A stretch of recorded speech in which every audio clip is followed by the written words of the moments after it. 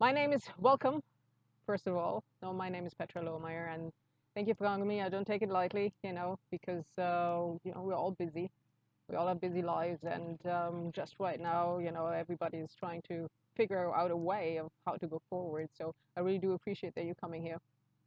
So I would acknowledge you and ask you where you're all from. The thing is, I can't see it here, unfortunately. Um, but Anyway, so just to give you a little bit of an outline, so this is going to be a short presentation up front, questions at the end, and we'll inform you further about what the course is going to be. This is 5 sessions. You kind of missed the introduction session already if you haven't taken a look at it yet. I will record it again. I forgot to record it, but I will record it and I will put it on YouTube and maybe on this course as well if I can, so that you can recap that. So the introduction was basically said that a lot of times people don't get love from the people around them, and that it doesn't necessarily have to be their fault. Everybody always tells you it's you. It's you. You have to change in order to for things to get better. But sometimes it may not be you. Sometimes there are situations where you're doing the right thing, but the people around you aren't doing the right thing. So and that's why they don't love you. They would love you if you would do the wrong thing, which doesn't mean that you should, right? You shouldn't be doing the wrong thing just to fit in. Or, sometimes it may just be a cultural misunderstanding, or there are all kinds of different things, and we went into that last time. I mean, if you take a look at, big figures in history like Jesus Christ or Mahatma Gandhi, I mean, they were killed, and they were pretty good with people, right? So it wasn't their fault either. So a lot of times it can happen that you don't get love from people, from other people, and then you have to do something in the short term. And that is what the session today is about. The session next time is going to be an analysis of what it may be, why you are in this situation. In order to form a long-term view of what do you want to do in the long term, you have to do something in the short term, and I'll get to it why. But you may also want to do something in the long term. And then the last session is going to be a recap of the next steps. So happy screen sharing, it tells me here. Okay, so the short-term solution, why is it necessary? So there's human needs psychology, which says that love and connection is one of the human needs, right? That is Tony Robbins is very big in human needs psychology. You can also find it in other people's theories who have similar theories but lack a few of the distinctions that Tony Robbins has made that I find very, very helpful, that make a huge difference. But I'm not going to go into the 6 human needs here because I don't know how many people are going to see this video, and I'm only allowed to teach it to groups of 10 people, and this may be more eventually. So what's important is that everybody finds a way to meet these 6 human needs, and one of them is love and connection. And they always find one way, good, bad, or neutral. And unfortunately, the easy ways to find to satisfy these new human needs is a lot of times a bad way, bad for yourself, bad for your environment. And we want to avoid that because sometimes it may not be your fault that you don't get the love from those around you. For example, I'm not getting very much love from the lawnmower at the moment, but it's not my fault. I had no idea this would be coming. It's 7 o'clock at night. Usually people don't work, around here at that time anymore. And there hasn't been any noise in over a week. And all of a sudden it's starting. So it's not my fault, but it can happen. So sometimes outside things come in and you have to deal with them. And you have to find a way to deal with them in a good way. So what are things that people do in order to get this love and connection? Well, the bad things a lot of times are alcohol or drugs or simply overeating or going on a shopping spree. You may say, what does that have to do with love? But it's connection. It's connection to yourself. It's, kind of loving yourself. And that is how they get this need met. But of course, that has consequences. I mean, alcohol and overeating is quite obvious, drugs as well. If you go on a shopping spree every time, not only are you wasting money, but you may run out of money. You may run out of credit, right? There's a lot of things that you can do that are really not good for your long-term health just to meet that need short-term. So you want to find an alternative that is good. So what are some of the alternatives that are good are, for example, exercise, right? That you find a way to change your state, and that way you kind of love yourself by make putting your body into a good position that it feels good, right? But there are all kinds of other things that you can do that are really good that people a lot of times overlook when they've just lost love, especially if there has been a traumatic event like the loss of a lover or the death of a lover, or somebody in their family has died, or they've been betrayed by their friends. And believe me, all of that has happened to me, and I know exactly how it feels. And sometimes there are witch hunts, and you may be in the middle of it, and it may not be your fault. It may be because you did something good, right? And so you need to find a way to meet that need in a different way. So is it always second best to meet it in a different way? Is it always better to get it met by the people around you? And then if you really can't do anything else, it's, you have to kind of go to the second best. That's the impression people get, yeah. But that is also why a lot of men especially just rush into the next relationship, especially if there was a breakup. They rush into the next relationship and think, oh, they have to make it all good and all better again. But that's a big problem. And partly that's a problem because they may rush into the wrong relationship, and there may be a reason why they should be alone at this point. There may be a reason that they may not have um, paid attention to what is around them, all these different ways of how you get love, without which you're not going to be complete, right? There's getting love from people or from a mate is one way of getting love. But if that is the only way, not only do you put all your eggs in one basket, but also you miss all the wealth of life around you. So there may be a reason why this first relationship was taken away.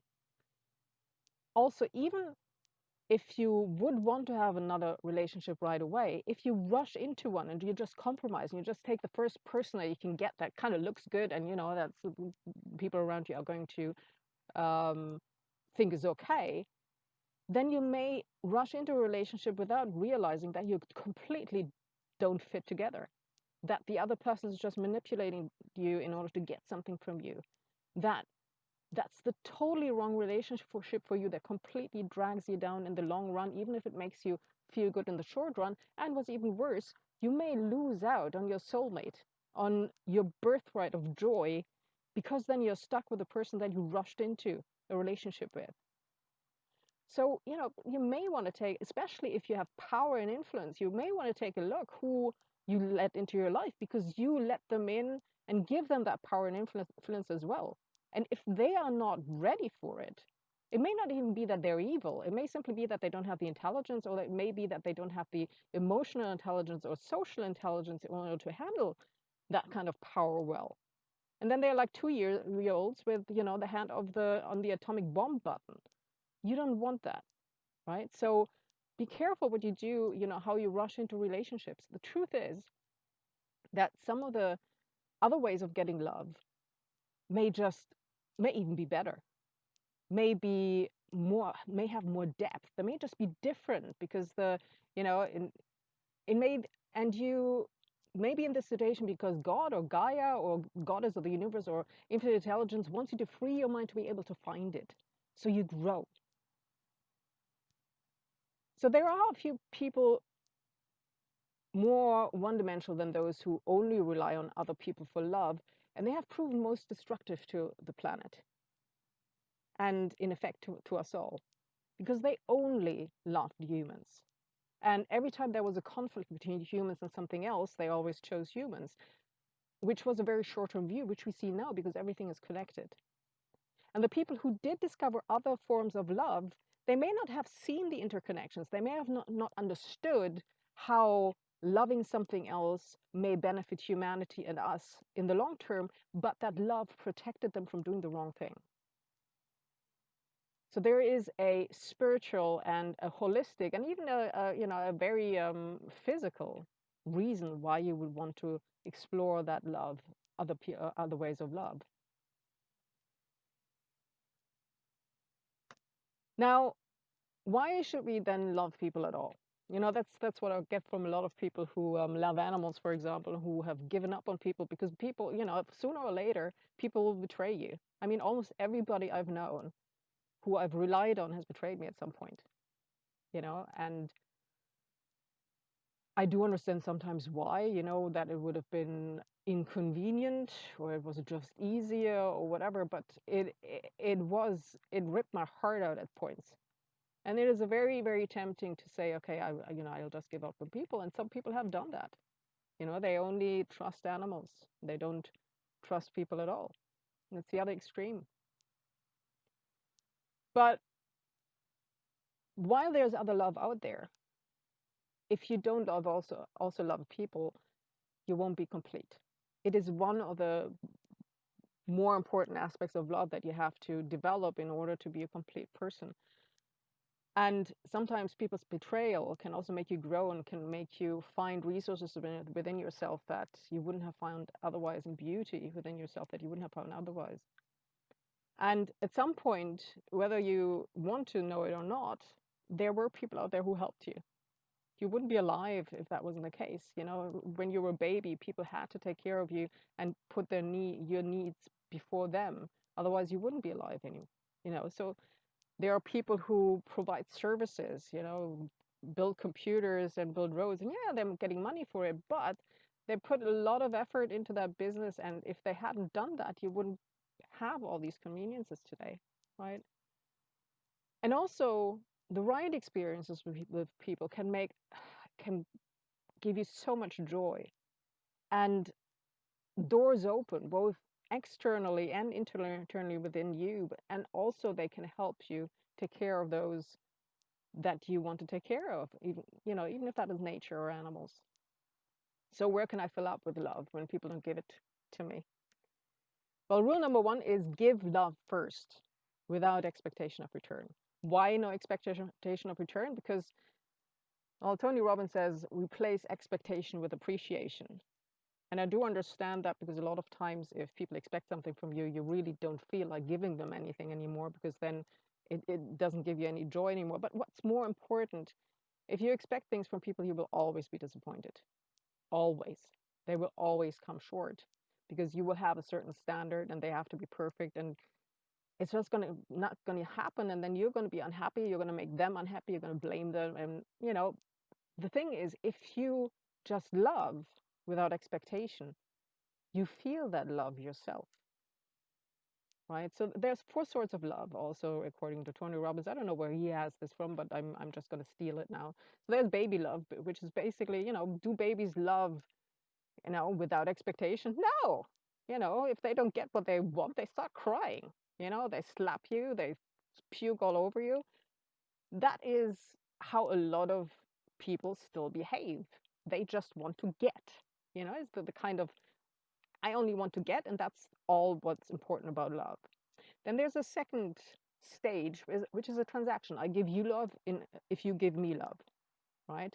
And I only give you as much love as I get back from you, which also will never make you happy. It is whoring in a way. And there's another way of whoring as well. I was in a musical 20 years ago or something. It's called Working. It was on Broadway for maybe about a week, because it doesn't really fit into that Broadway New York culture, because it's about working class people. And there was this woman in there called Roberta, which has a monologue in it, and I was doing that monologue, and she's really a hooker.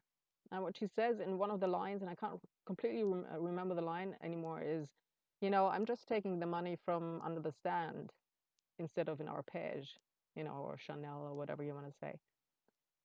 And that is a lot of times what people have as a relationship. A lot of women have compromised. They've just looked for a guy who's rich and famous or powerful, and they've whored themselves out to him. And once they've got him, under their claws, and they know that he can't just divorce them anymore without losing a lot of money and losing a lot of status and so on and so forth, and suddenly they're not interested in sex anymore. Weird, that, isn't it? If And it's not even as if it's done consciously. It is in our culture. It is put into fairy tales that women should be looking for a man who is wealthy who can take care of them. And that is what was done for centuries. Nowadays, we have this expectation of, real love in marriage, but truthfully, it's very, very seldom that I've seen it. And on the other hand, men aren't any different. Men go into relationships because they want to have regular sex. They don't want to, have to pick up another woman every night, especially if they're not very good looking, because then they can pick up a woman every night. But if they have their wife, they think, okay, and it's going to happen. So that is the kind of transactional relationship. Then you have unselfish love. Those kinds of relationships you find very seldom in women and men, at least in my experience. But you can find them a little bit more often between children and parents, but not as often as as people say. The parents do not always love their children unconditionally. But that is the sort of love that I'm talking about. And the first and the fourth type of love is love those who hurt you. Even those, and that is, like the Dalai Lama, they kill his family and he still prays for the soldiers and wants them to be happy. Right. So basically, what you're aiming for is number four. Now, love those who hurt you. Right. Are you serious? You may be thinking, right? So have you ever thought about doing that? Well, if that's what you're thinking, there's a secret that you may not be aware of, and that you will only find if you actually do that, if you surrender to that love, and if you keep giving it, even if the person on the other end is hurting you, even if, say, it's a man who pretended to or may have been in love with you, but then he ran back to his ex, and suddenly you're an embarrassment to him. Suddenly, you just get beaten up by everybody. It may not even be him; it may be the people around him. But if you keep loving, there is something you can get to that you may not be aware of. And that is what I was saying in the last session with that book from Deepak Chopra, the book recommendation that I gave. And I don't get anything, it's not an affiliate link. I don't get anything from that book. But what I really did learn from it was that people a lot of times look for their relationship with God and the relationship with their significant other. And if you do keep loving, you don't even have to connect to the person that is standing right in front of you that betrayed you and that ran back to somebody that you really don't understand what they're seeing in. But you can connect back to the person that you saw that loved you, which may have been a different person. They may have killed off a part of their soul in order to go back.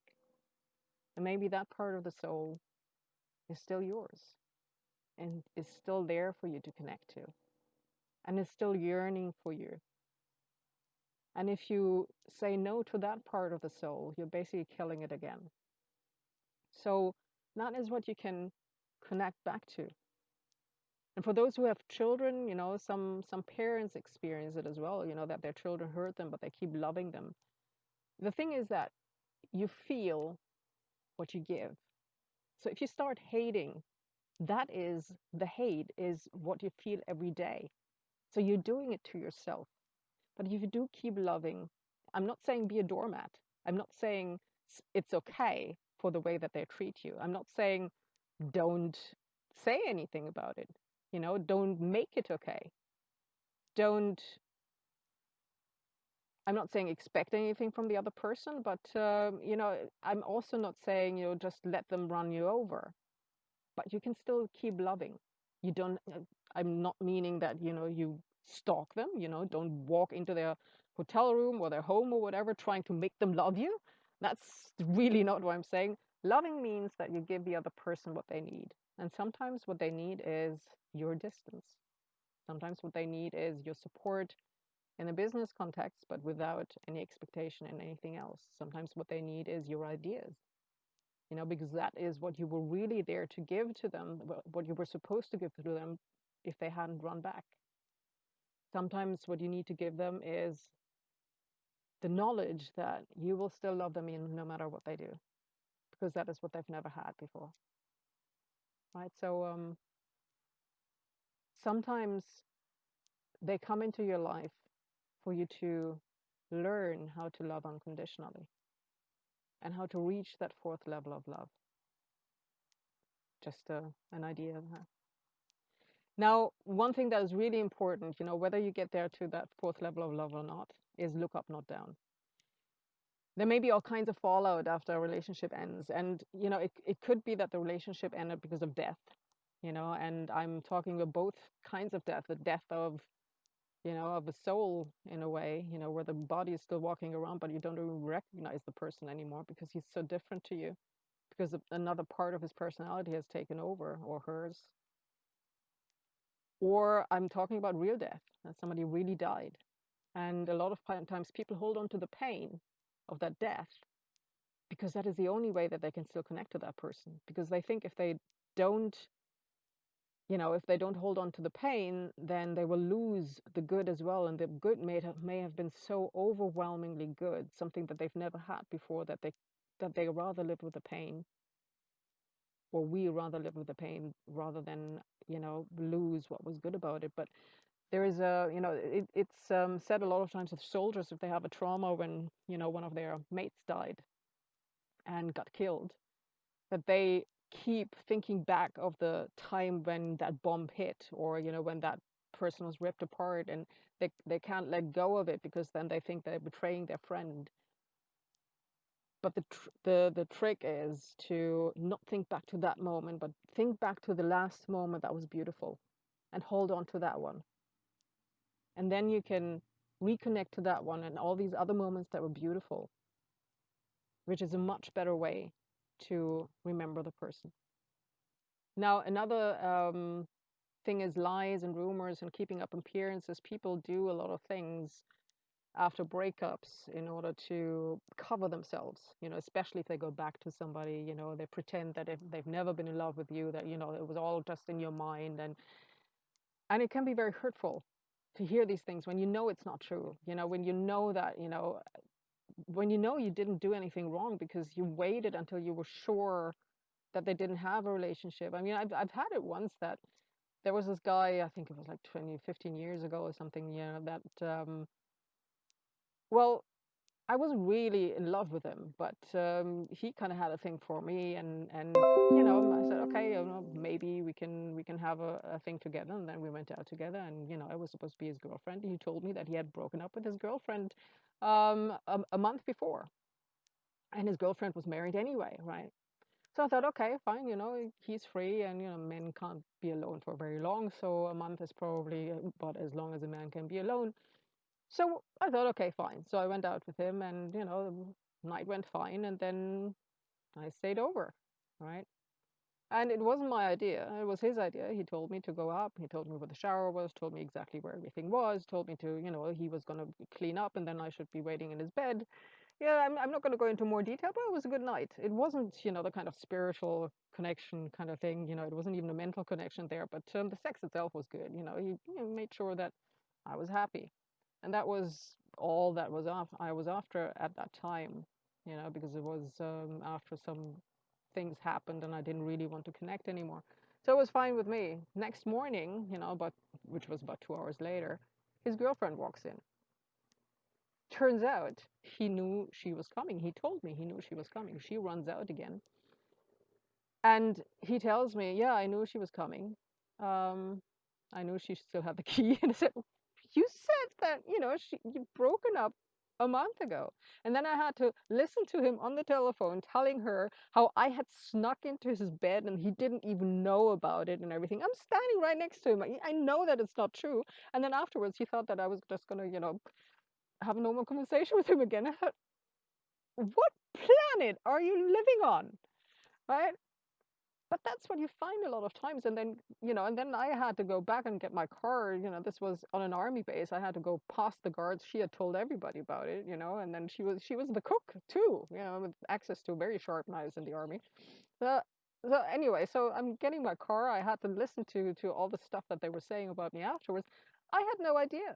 Right? He told me that they had broken up. No, but none of their friends told me that they were still together. Turns out that he was using me in order to break up with her. And then he was surprised that neither I nor her were talking about, to him afterwards anymore. It didn't hurt me because I wasn't in love with him. It was, I liked him as a friend.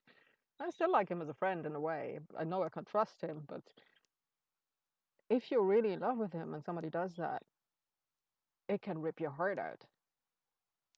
But if you hold on to that, and if you take a look at what you did and what they did, and you know what all these friends are saying about you, which is all not true, and you know how what kind of motives they have, you know, they may want to keep them together for their own motives, you know, because they have their own, you know, they may pretend to be holier than thou, but they have their own thing going, you know, maybe with her, maybe in their heads, and they want them to keep them together so that, you know, they can still get close to her, so whatever, you know, there's all kinds of things that are going on. You know, there may be, they may be afraid that if you come in, their job may be gone or whatever. So there's all kinds of things that you may have to be aware of. But if you concentrate on that and take it seriously, it can destroy you. And so I can't really, this course is too short to deal with the four stages of grief, especially, you know, after death and stuff, and how to move on. But one thing is absolutely crucial. Look up, not down. Look at where you want to go, and don't look at the past and everything that went wrong and how what they're talking about you. It doesn't matter what they're talking about you. The people who really know you, the people who love you, will know that there must be something different because they know what kind of person you are.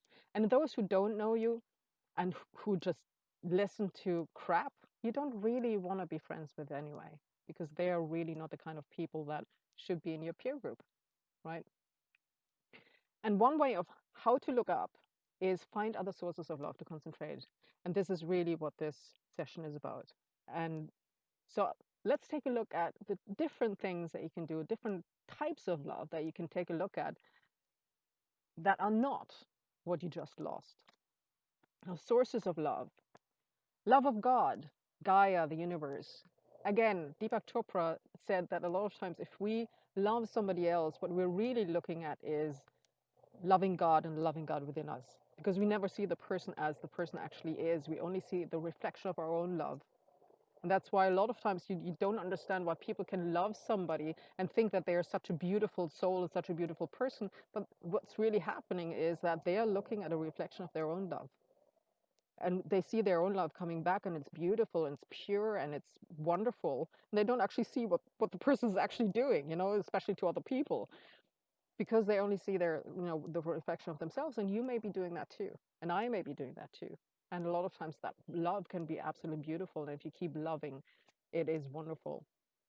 Even if you don't believe in that kind of love, you know, if you love in God, it can give you comfort, it can give you healing, it can give you faith in a higher purpose, that there is something more out there, that, you know, God closed one door, it can open another. And it also gives you connection through spirituality. And if you've ever done meditation before, you know, that feeling of oneness, you know, where you're suddenly not alone anymore, but you're connected to everything, not just other people, but everything in nature, every animal, every spirit, every, you know, a lot of people find nature very spiritual, and I'll get to that. That's one of the other ones. Next one, love of family, parents, siblings, you know, but they're humans, aren't they? Yeah, but you may not think of them, because sometimes when you lose love, that's the only thing you focus on. That's what I'm saying about, you know, don't look down, you know, look up, because sometimes that one love just blocks out everything else. And they may not be the love you lost. If you lost, for example, your soulmate, you know, you may get tunnel vision of and forget what else they have to give you. And they sometimes, even your parents may not love you. You know, they may be all in their own little world, and they may all be, you know, thinking about themselves, but you can still love them. And if they don't, even if they don't realize it, you know, give little gifts that they don't know come from you, or prayers, or give them energy. And even that little act of kindness will make you feel good about yourself as well. And sometimes you may have a second family. You know, it may, the people that you see as your father or your mother may not actually be your actual father or mother. You know, they may just be people who come into your life for a shorter or longer period of time to kind of replace that energy, that kind of feeling. You know, they may also be like younger or older siblings. I've had, you know, I had that in the last place where I was living. It was absolutely beautiful. Then love for those who you care for. And initially I thought just of children, but you know, it can be all kinds of children. It can be your human children, you know, and you say, okay, that's humans too, right? Yeah. Well, it depends how old they are, you know. If they're like 2 or 3, they're more like little monkeys, right? And but it's also pets. A lot of people see pets like their children. Even people who do have children see, you know, the pet just as another child, because it has these needs and it keeps having these needs. And pets have psychological benefits. They have physical benefits, psychological benefits. Even in old people's homes in England, for example, they allow pets in there. And I went into one old people's home and they had a cat in there. And I thought that they were going to fight maybe about the cat because some people say, oh, yeah, they're allergic to cat hair or something. Turns out they were fighting, yeah, but they were fighting who was to get the cat, who was allowed to pet the cat, who was allowed to have the cat on his lap, right? Because they also, there's a sort of energy that exchange that happens. I feel it every time when it doesn't really matter if it's good or bad energy. If there's a certain energy center, on my body that is activated, the cat sits on it, you know. And I found that the first time when I was really, really hurting about 20 years ago, and I had this huge, big weight on my chest, and I couldn't get rid of it, and for ages, and I would do all kinds of unhealthy things to try to alleviate it. And then this little cat came along, and he just wanted to sit on my chest all the time. I didn't really understand why. So one time, sometimes I lay back and let him lay there, and then suddenly everything lifted. It was the most beautiful. I mean, I cried. It was incredible. And it was simply physical. There was no spiritual, expectation of that to happen. It just happened. You see it sometimes, with people who don't like cats, that the cat sits on their lap. I think they're trying to make them feel better, but of course, that doesn't make them feel better. But I also have it with, meditation. Sometimes, I do Master Co's meditations, and then, it's about activating the crown. And I'm sitting there, and then all of a sudden, one of my cats is trying to sit on my head. It's really quite, yeah, it's really, so they are attuned to energy. And if you are grieving, for example, that can very much help. And also there's this research that in every culture, no matter if it's conservative, no matter if it's modern or not, there's 11% of the population who don't have children. And there's not really an explanation for it, but the explanation that was given, they're the aunties of the generation. They take care of the children that other people can't take care of. A lot of times that they may be neighbors who, and the parents are totally stressed out and overwhelmed, and they may just take the children in just to care for them for an afternoon or something. So you can get love that way by giving love to others who need it, who when other people are overwhelmed. I did it in the last place where I was as well. With some of the children, they would just come to me, when the mother was working. It was beautiful, really beautiful. Loving strangers. There's this beautiful picture was on the internet with this dog who dragged over his blankie to give it to a stray dog, and the stray dog, took it through, and then you can see kind of in this little picture there where the dog inside is sitting on one part of the blankie, and the other dog is sitting on the other part of the blanket. That is just beautiful. It's a beautiful love for strangers that happens to be demonstrated by another species. And it can be different things you can do. You can give to a homeless person or someone on a different continent. You can help a country cat who shows up in your holiday who may or may not be somebody else's lost pet. You may be helping somebody you don't know after a disaster. A kind word to a crying child. Simply showing a stranger the way. So understanding and not taking it personally when a stranger gets distressed and emotional because you understand that, it's a stressful situation for them. A happy smile to someone on the way, assuming positive intent in every animal and human, unless you have a reason not to, and helping a worm or a snail to get, to the grass on the other side and without being stepped on. You'll never get any credit for that, but you know what? I would want that too if I was a worm, you know? Leave out some water for the birds on a hot day. Help a plant to grow to the light if it grows somewhere where, it's never going to find any light. And stand up to bullying, even if the intended victim never knows. There's so many different acts of kindness that you can do that will also make yourself feel better, right? And the love of wisdom. Now, what is wisdom? So there's a wonderful Wikipedia definition. Wisdom, sapience, or sagacity, I think it's pronounced, is the ability to think or act using knowledge, experience, understanding, common sense, and insight. Wisdom is associated with attributes such as unbiased judgment, compassion, experiential self-knowledge, self-transcendence, and non-attachment, and virtues such as ethics and benevolence. Now, there is also I don't want to get into it because I'm kind of running out of time at this point. But I have a love challenge on the website, and the link is a little bit further down, where there's a story about Joseph, about the wisdom in the story of Joseph. And I can also show you how that wisdom can very much be healing if you had a loss before, because Joseph had a loss, right? And a loss for a very long time. So take a look at the love challenge if you have some time.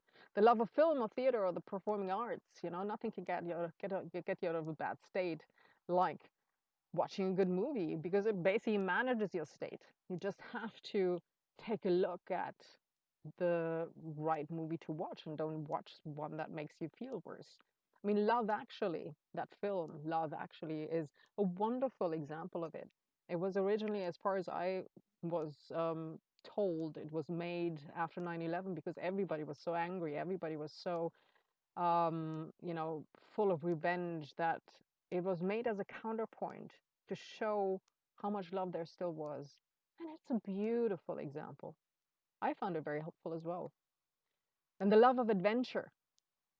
So it can be a skydive, it can scuba dive, relationship, a new relationship, moving, a new challenge, a trip, a vacation, a new job, pretty much anything that scares you and gets you out of your mind, because we all need adventure. We all need something that challenges us, because if we don't have that, I've seen a lot of people who are just too safe. And when they're safe, they look for adventure, but they look at it in a negative way and kind of finds them. And those are the people who only talk about sickness all the time, because that's the only thing that ever happens, right? The only change that ever happens. They're so successful in keeping out change, which they may not be in future, and so unable to deal with it, that is the only change that they can deal with. But that's really sad, and a lot of things are going to be changing in future, so you want to build your muscle being able to deal with change. I'm doing it right now. I have change all the time. I can't say that it's that I always feel great about it, but some of it is really beautiful. I've seen, I've been in environments in the last year or so, a little bit more than a year now, that I would never have seen, that I would never have found. I've seen people who were very beautiful, really kind, and made experiences that I would never have made if I wasn't kind of forced into that kind of change. So sometimes love of adventure is a beautiful way to connect with yourself and widen yourself and grow again. The love of truth, sometimes that is what is needed, even if that love of truth will cost you the relationships around you. Because maybe those relationships aren't the relationships you should be in. If there are people who keep on lying, who keep um, trying to screw other people over, for a better, way of to describe it, then maybe your love of the truth is a thing that brings you out of that environment, and that may be a good thing, even if you're alone for a while. And that is the thing that may reconnect you to God and show you the way home. The love for the process. People strive so hard to get to their goals, and then they get there, and then I say, is that all there is, right? I mean, everybody has been there, so that this may actually be really cool, but you get used to it fast, and then it's not so cool anymore, and then, it's not all that great. But what if you were looking at the process instead? If instead of just looking at that goal and suffering until you're there, how about you actually enjoy what you find on the way? There are different ways that you can deal with what comes on the way. If you, for example, you walk past a store, and you're trying to figure out how to survive in a new country, and you don't really know where to live and where to work and stuff, and then you walk past the bush and there's this kitten crying. Then you can get really upset, about that kitten crying because it's loud. Or you can get really upset because, there's a kitten crying, maybe dying, and nobody's doing anything about it, right? Or you may just decide that, well, nobody else is doing something about it. Maybe you should. Maybe that's why the kitten is crying, that you can help it. And you come back and you find a French tourist who also wants to help it, and you find the kitten and you adopt it. And then the kitten saves you. Did you see the little kitten in the beginning, the Siamese cat? That was her. and she was beautiful, and she brought so much love and joy to our lives again. It doesn't change anything in my environment, but it changed the way I looked at the environment, and suddenly there was a lot of joy again, right? A 25-hour drive that to nowhere, basically. Well, there can be a lot of nice scenery around, there can be a lot of nice things around. An ordeal, if you have a really bad experience at a job and then you quit the job again. Well, if you almost got killed at a job, maybe the next time doing a cold call isn't going to be so bad. There's good things about everything. Love of nature, that is the beautiful diversity that you can find. Isn't it incredible? I mean, if you would have to program a holodeck, for example, for somebody to create an environment, I mean, how much work would have to go into that in order to create something like this? The differences in the leaves, the different beetles, all these different, these wonderful things that nature produces. Isn't it incredible? Isn't it so worth saving too? And for a lot of us, nature is much more than that because it is something that we can spiritually connect to, that also gives us oneness. And it is scientifically proven that for most people, it has a massive benefit to be in nature. And it's not really explained why. And the only way I can explain it is spiritually. And if you want to go further into that, there's, all kinds of druids, and, different kind of nature religions that go into that. And I'm not really one of them, but I did explore some of it for a while. And it's quite interesting. And there are some quite interesting meditations you can do as well. So I I'm glad I did it. It's not necessarily something that I go into much further because some of them go a little bit, down the deep end at some point, and you kind of feel that they're kind of going in the other way, where you don't want to go. But the beginning, where they, still want to get you in, can be really beautiful. Love of music, I mean, music, isn't it? It transports you into a different world, doesn't it? And it can bring you joy and physical experiences as well that you don't otherwise have. I mean, there is the word of, there is the term of a musical orgasm, and for a reason, because you can have full body experiences with music, and it can be mystical, and it can be spiritual, and it can be, you can see God. I mean, there's so many things that music can connect you to. And there's a physical, a scientific explanation for that as well. But there's also so many things. So it can be really, really cool. It can be exciting, and it can lift us up from the bottom of the deepest pit, really. The love of relaxation. I mean, sometimes the body just needs a break, right? And it takes a while to enjoy relaxing and just being without being productive.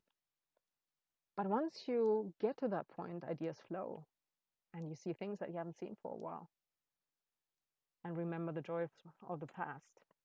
And then, of course, there could be a new romantic or passionate love. I'm not saying you shouldn't have that. I'm just saying don't rush into it right away without exploring all the other stuff that's out there. Because you may be missing a lot if that's the only thing you always focus on. You always expect that to be the thing that makes you happy, because sometimes it will not, and you will have the wrong kind of expectations. But if you fill up with all these other things, you can bring that love to that romantic love and to that romantic relationship. And then there's so many other loves as well. And I put them into, this is the link, www.nivelle.co.uk / the love challenge, where I put a lot more than I just said about the loves already described, but I also described those. And there's so many others. And sometimes maybe the reason that a certain relationship isn't there anymore is to create a void in order for you to be able to explore the other things. Love of friends, invention and science, life itself. I mean, take a look at, I went walking on the beach, and there were all these dead fish around. They don't have any problems anymore. I mean, aren't you glad you still have problems? Because you're still alive. You can still enjoy life. You can still squeeze the juice out of life. And love of spring, love of freedom, love of learnings, love of simple things, love of sports, and there's so much more. So if you enjoyed this, please share. If you have questions about the contents, please do contact us. I don't think we can go much longer here, but please do. I mean, we do have a Facebook page that you can go. It's at Nevel, Getting Love. And please do share questions about the content. Please do share your experiences and questions you would like to have answered. And I look forward to seeing you the next time. Next time is going to be the analysis, of seeing where you are, why you are there, and what you want to do about it. There's a lot of short-term things that you can do, but you may also want to take a look at the long-term, whether you want to change something in the long term, be it with you or be it in your environment. And then the next one after that is going to be the long term, the different options you may have there, and then there's going to be a recap again. So thank you very much for joining us today. I very much enjoyed myself here. It was very good for me to actually review this again. So I hope you come back again next time. And, even if you have lost love, don't give up, because it will come again. This time will pass. And there are a lot of things for you to enjoy out there. They are not second rate. They are absolutely first rate, and they will be important for you to explore, even even if you got the old love again, right? Even if it's, if somebody didn't die, but, it's just a breakup and you want to get back together again and it would be beautiful again. Even for then, just explore what's out there right now, because then you can take that again and bring it back. All right. So I hope you enjoyed yourself, and I see you again next time. Bye. And remember, it's never too late.